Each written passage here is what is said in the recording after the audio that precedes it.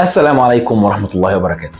وأنا صغير أبويا حكى لي قصة كانت بالنسبة لي يعني ما لمستش معايا خالص القصة، لا كان فيها إفيه ولا كاتش ولا ولا أكشن كده ولا أي حاجة.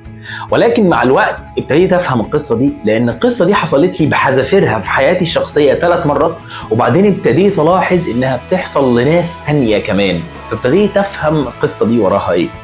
القصة كانت بتقول إن واحد عايش في البيت ده في غابة، وكان مضطر كل يوم يخرج يدور على حاجة يأكل بيها عياله، وكل يوم يفضل يلف في الغابة ما يلاقيش أي حاجة، وهو مروح محبط يلاقي حمامتين واقفين على الشجرة اللي قدام باب بيته، فيصطادهم ويأكل عياله. والقصة دي فضلت تكرر كل يوم لدرجة إنه حس إن نزوله للغابة مش مفيد، فقرر إن هو ينام براحته ويصحى آخر النهار ياخد اللي هيلاقيه قدام باب البيت وخلاص. ولما صحي قدام بالليل مش محتاج اقول انه ما لقاش الحاجه. ايه المفاجاه دي؟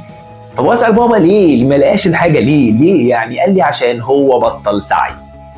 الراجل ده رغم كل الظروف السيئه اللي كان بيمر بيها قرر انه ياخد الشغلانه دي.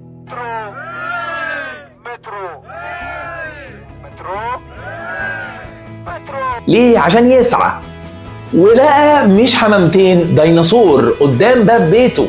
فين؟ على الكرسي اللي بيقول عليه مترو ذيس واي.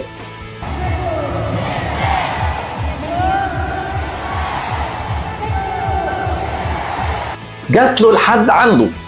المغزى اللي انا فهمته، قد يكون الموضوع ليه مغزى اكبر من كده لسه هفهمه اكتر قدام، ان انت مش مطلوب منك تقيم خالص الفرصة اللي بتجيلك تنفع توصلك لحد فين. كل اللي مطلوب منك ان انت تعمل اقصى حاجة ممكنة ينفع تعملها في الفرصة دي، والباقي على ربنا. صباح الفل.